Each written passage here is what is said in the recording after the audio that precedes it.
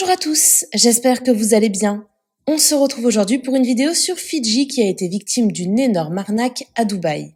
La jeune femme a récemment ouvert son institut de beauté à Dubaï. Mais ce que l'on ne savait pas, c'est qu'avant ça, elle a vécu plusieurs mois de grosses galères. En effet, Fidji s'est fait escroquer plusieurs centaines de milliers d'euros par rapport à son salon. Elle raconte en détail tout ce qu'il s'est passé et finit même sa story en larmes. N'hésitez pas à vous abonner à la chaîne si ce n'est pas déjà fait et à liker et commenter cette vidéo pour me soutenir. Merci beaucoup et à très vite pour une nouvelle vidéo. Hello, j'espère que vous allez bien. Écoutez, moi ça va, super. Ces derniers temps, j'étais hyper focus. Les filles 2 ans et demi acharnées pour ouvrir ce projet ici aux Émirats Arabes Unis. Vous avez été plusieurs à me demander combien ça coûte, etc. d'ouvrir. Il faut savoir que nous, on est sur un investissement, je pense, qui frôle les 250 000 euros pour ce salon de beauté. À savoir que nous ne sommes pas propriétaires du local, on est locataire, donc 250 000 euros sans que ça nous appartienne. On a pris un local qui était entièrement vide, il n'y avait pas de clim, c'était que du béton, et on a entièrement tout refait vu que j'avais plein d'idées. Je voulais un truc hyper girly, donc je voulais vraiment pas un salon qui était déjà en place, vu que je voulais entièrement tout créer avec mes équipes. Et waouh, ça a été, pour tout vous dire, au début, on a eu tellement de problèmes. Je vais vous raconter un petit peu. On a commencé... Ah, mon bébé Toutou, il arrive. On reprend. Et vraiment, pour ceux et celles qui pensent ouvrir un commerce ici sur Dubaï, vraiment, restez concentrés dans cette story puisque c'est hyper intéressant. Ça va vous permettre de ne pas faire les mêmes erreurs que nous. Donc, première étape, on décide de chercher un local, on fait appel à plusieurs agents immobiliers, on visite et tout, on a un coup de cœur pour celui qu'on a pris, ok. Faut savoir que c'était un local où il y avait uniquement des murs en béton, il n'y avait même pas de climatisation, genre il n'y avait rien du tout dans ce local. Et moi ça me faisait pas peur vu que vous savez j'aime trop les travaux, j'aime trop tout remodifier et surtout que j'avais tellement d'idées en tête que je voulais vraiment que ce local parte de zéro, ça m'arrangeait pas qu'il y ait déjà des murs, des cloisons ou que ce soit déjà un salon de beauté pour tout casser au final. Donc on le valide, on commence à faire tous les approvals. Quand on le valide, on paye le loyer. Ici, les loyers, c'est à l'année. Ok, on voulait prendre un loyer puisque c'est le premier salon de beauté, voir si ça marche pas, et pas commencer à s'engager sur un achat alors qu'on ne sait pas ce que ça va donner. À ce moment-là, on enclenche les démarches pour faire passer tous les approvals pour les travaux. À Dubaï, tous les approvals sont payants. En moyenne, c'est à peu près 1 000 euros. Donc, ça chiffre très vite. Bref, au bout de 4 mois, donc ça fait déjà 4-5 mois qu'on paye le loyer, on a un retour négatif qui nous dit mais c'est pas possible, vous voulez faire un salon de beauté, mais le local que vous avez choisi, il est fait pour un restaurant. Minute de silence, et vraiment à ce moment-là, je me dis c'est un cauchemar, c'est pas possible, c'est pas possible. Du coup, je pète un plomb, je me dis, je pète un plomb, quand je vous dis je pète un plomb, c'est que je pète un plomb, plus je suis méga triste. Et il y a eu plein de phases méga tristes pendant ce projet que je vous ai complètement cachées parce que j'avais tellement peur qu'il aboutisse pas qu'au bout d'un moment, je me suis dit, ça y est, je peux plus vous en parler, c'est pas possible, toutes ces dingueries. De là, les autorités nous disent, c'est à l'agent immobilier de vous le dire. Eux, ils sont très bien informés, ils savent à quoi est censé servir le local. Je leur dis, c'est pas possible. Nous, dès le début, on a dit qu'on cherchait un local pour faire un salon de beauté et tout. Et de là, on se rend compte que l'agent immobilière, c'était le dernier de ses soucis. Elle voulait juste louer son local, prendre sa com et tout, et basta. Donc, elle nous a mis déjà, à ce moment-là, dans une galère. Je demande est-ce que c'est possible de modifier le local, d'en faire du coup un salon de beauté et tout. Ils me disent oui, mais du coup faut demander des nouveaux approvals puisque c'est vraiment pas un local qui est fait pour, machin et tout. Je dis ok, on se lance, donc on redépense de l'argent. On a une réponse favorable à ce moment-là. Je me dis enfin, genre ça y est, je suis rassurée. Je me dis ça y est, le problème il est réglé, on va enfin se lancer. À ce moment-là, l'agent immobilière, avant ce problème, elle nous avait fait rencontrer une agence de designers, ok. Et elle nous avait dit ils sont bien et tout. Et moi, je vous avoue, je lui avais fait grave confiance. Enfin, on lui avait fait trop confiance. Et au final, du point de départ, c'était une catastrophe. L'équipe de designers, voilà, je vais dans leurs locaux, ils me montrent sur ordinateur ce qu'ils ont déjà fait. Moi, je leur donne toutes mes idées. Voilà, je veux une machine je voulais grave un salon instagrammable. Donc j'avais des délires, genre comme la machine à fête foraine. Je voulais des miroirs au-dessus de chaque chaque sofa pour les ongles, pour que les filles elles puissent se prendre en selfie genre en hauteur. Je voulais que les fauteuils pour les cils, vous voyez, je sais pas si vous les avez vus, mais ils ont vraiment une shape, tout est fait sur mesure et tout. Je voulais choisir le tissu de tout le mobilier. Donc bref, c'était vraiment un big challenge. Je savais que ça allait prendre du temps. Du coup, voilà, elle nous dit oui, moi je connais toutes ces fabriques à Dubaï. C'était même pas à Dubaï, je crois que c'était Sharjah ou Dera. Bref, c'était genre 1 heure de route. Mais elle dit je connais des usines et tout, il n'y a pas de problème. Donc tout commence à avancer. À ce moment-là, je crois que ça se passe bien. Les travaux déjà mettent énormément de temps à commencer. Alors que dans le contrat, il y a écrit qu'il y avait genre, je crois que c'était écrit qu'il y avait 3 mois en tout cas pour que l'électricité, tout le basique soit fait. Nous, on leur donne tout en main, vu qu'on a fait une confiance aveugle et ça a été le plus gros de mes problèmes. Suite à ça, moi, j'ai l'impression que ça avance et tout, mais au bout d'un moment, je me rends compte que ça stagne. Genre, ça n'avance plus du tout, il n'y a rien qui se passe. Et figurez-vous que nous sommes tombés sur une escroquerie totale. C'est-à-dire qu'à l'heure actuelle, quand je vous ai dit 250 000 €, c'est ce que ça nous a coûté à l'heure actuelle. Alors oui, on va essayer de rentabiliser, mais ce que je veux vous dire par là, c'est que dans les 250 000 €, il y a de l'argent qui a été volé. Genre, il y a de l'argent qui s'est enfui de Dubaï. C'est-à-dire que la société de design m'a pris une partie de cet argent pour me faire croire qu'ils allaient faire les travaux que j'avais demandés. Et ils se sont barrés, ils ne m'ont plus jamais donné de nouvelles. Et je les ai plus jamais revus. D'où le fait que pendant un moment, vous me voyez aller à la police et tout. Je sais pas si vous vous rappelez, j'allais trop souvent à la police. Oh, ça m'a demandé un temps fou. Donc comme ça, vous savez, ces gens-là ont mon argent et ils doivent vivre leur best life à l'heure actuelle. Suite à ça, donc dans la première année, les travaux stagnent. Ok, on a un appel de l'agent immobilier qui nous dit bon voilà, il faudrait renouveler votre contrat il se termine. Non, elle nous dit ouais, votre contrat il se termine de location. Moi ça fait 1 an, j'ai pas ouvert, j'ai perdu là l'argent, on a perdu trop d'argent. Et elle me dit par contre le propriétaire ne souhaite pas renouveler la location. Pardon, mon salon n'est pas encore ouvert et vous êtes en train de me dire que le propriétaire ne veut pas renouveler le bail. Ah non, non, non, il avait convenu que voilà, c'était juste une location d'1 an. Maintenant, il souhaite le récupérer. Donc, du coup, voilà. Du coup, je dis, mais c'est une blague et tout. On réussit à avoir le contact du propriétaire, on lui parle, c'est en français. On lui explique un petit peu la mission et il nous dit, ben, moi j'avais prévenu l'agent immobilier que c'était pour 1 an. Donc l'agent immobilier, encore une fois, ne nous avait pas prévenu que c'était pour un restaurant et ne nous avait pas prévenu que le propriétaire voyait le local que 1 an. Je ne sais pas si vous imaginez dans ma tête, au bout d'1 an, comment j'étais. Les filles, je voulais pleurer, j'étais trop mal. Je voyais le trou financier, je voyais quelque chose qui n'allait jamais ouvrir. Les filles, je voulais pleurer, j'étais trop mal. Je voyais le trou financier, je voyais quelque chose qui n'allait jamais ouvrir. Donc à ce moment-là, je me suis dit, j'en parle plus du tout sur les réseaux sociaux et ça a duré encore 1 an et demi par la suite. On a réussi à dealer avec le propriétaire, un loyer du coup plus élevé. C'était où on laissait tout et on cherchait un nouveau local, ou on proposait un prix plus cher, chose qu'on a fait, on paye plus cher que ce qui était prévu. Et on reste dans le local.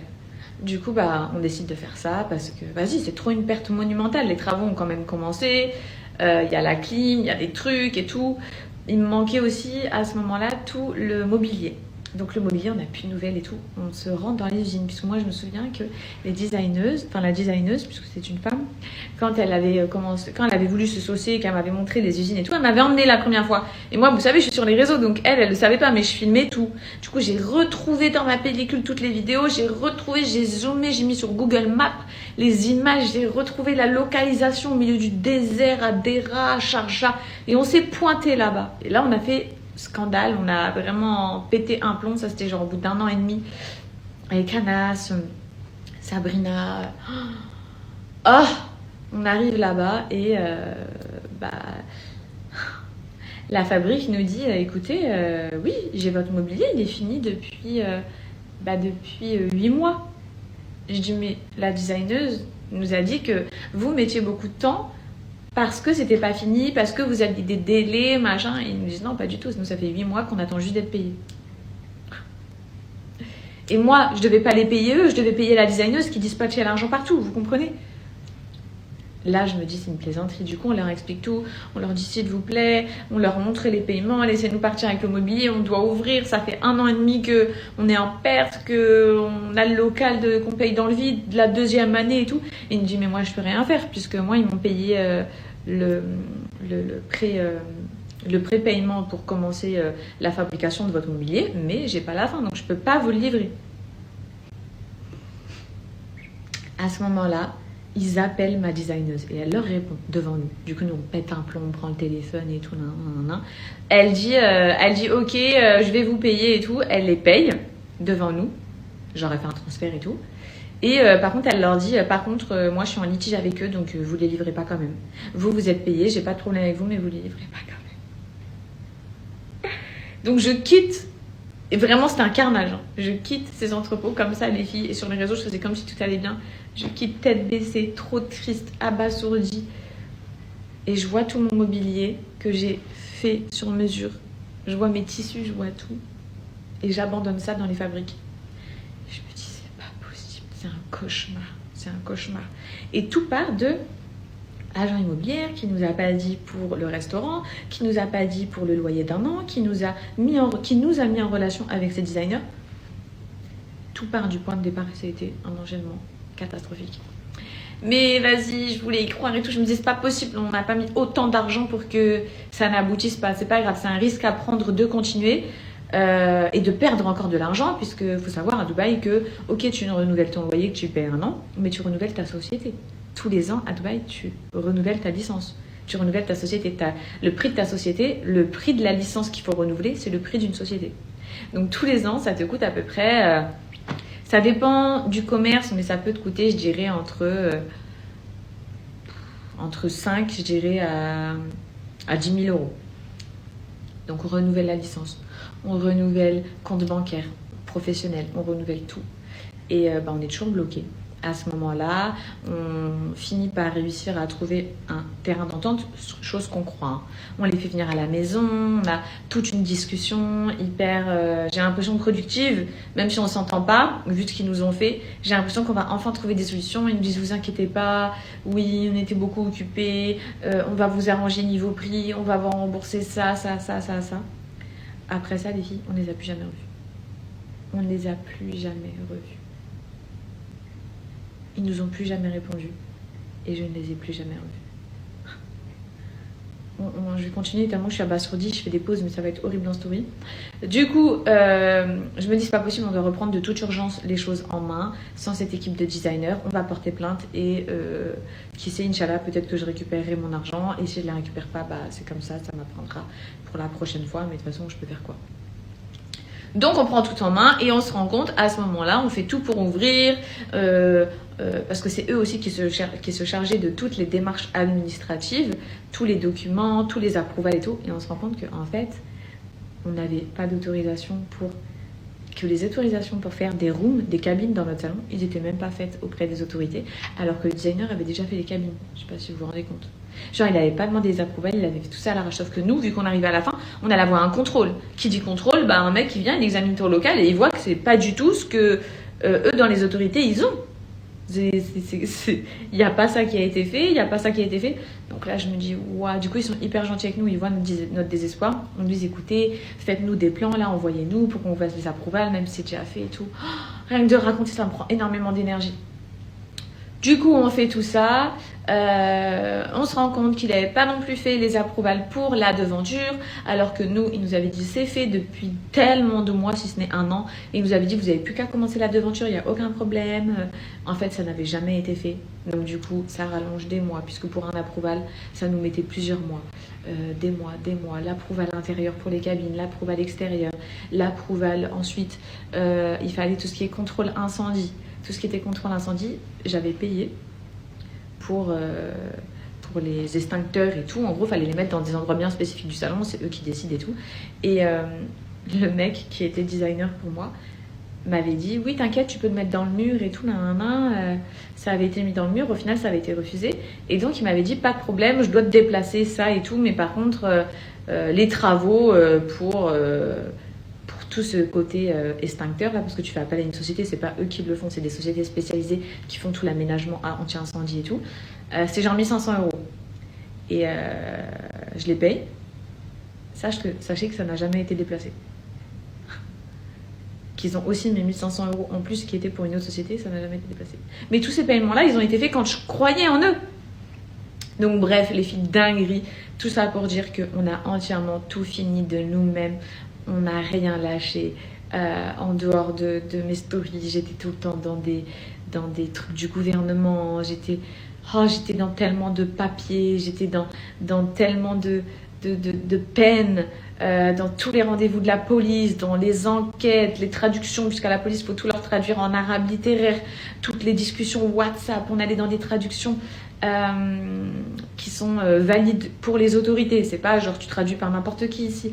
C'était une mission, il y avait la police de Dubaï en jeu, la police de Sharjah, puisque eux, leur société est à Sharjah, mais notre local est à Dubaï, donc on avait des allers-retours, les filles.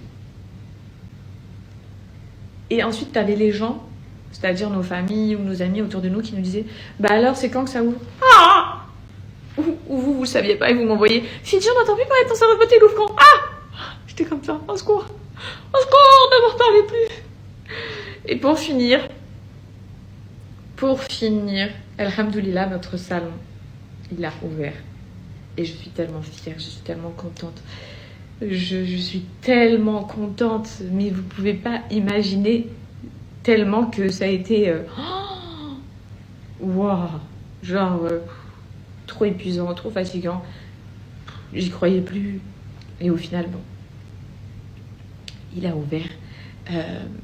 Ensuite, ça a été, je vous raconterai dans une story plus tard, parce que ça me prend trop d'émotions. En fait, c'est trop un projet qui m'a pris trop d'énergie. Bref, là il est ouvert et donc c'est tout.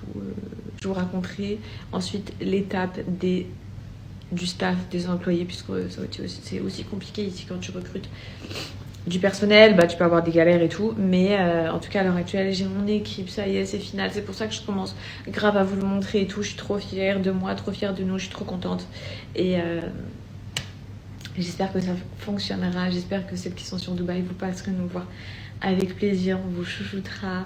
Je fais en sorte d'avoir les meilleurs soins possibles en termes de qualité. Vous voyez, j'ai fait ramener la formatrice de France et tout. Je veux vraiment que vous soyez reçus au mieux possible et que vous repartiez en vous disant ouais, c'est trop bien, franchement, ça mon Fidji, félicitations et tout, j'ai rien à dire. Ça, c'est tout ce que je demande. Je suis pas dans l'aspect financier, je dois grave rentabiliser et tout. Je suis juste dans l'aspect où je veux que les clientes qui viennent ou les filles qui me suivent, qui viennent au salon, ou même les gens d'ici qui ne me connaissent pas, en sortant se disent ouais, j'ai trop aimé, ouais, mes ongles sont trop beaux, ouais, mon jean face il était trop bien réalisé, mon visage il s'affine, ouais, le Madero, les filles elles le pratiquent trop bien. Enfin bref, tout le soin, nos massages et tout, je veux juste vous satisfaire à l'heure actuelle. Merci à toi d'avoir regardé la vidéo jusqu'au bout. N'hésite pas à commenter cet emoji si tu es arrivé jusque-là. Ça me permettra de voir ceux qui sont restés jusqu'à la fin. Encore une fois, merci beaucoup et je vous dis à très vite pour une nouvelle vidéo.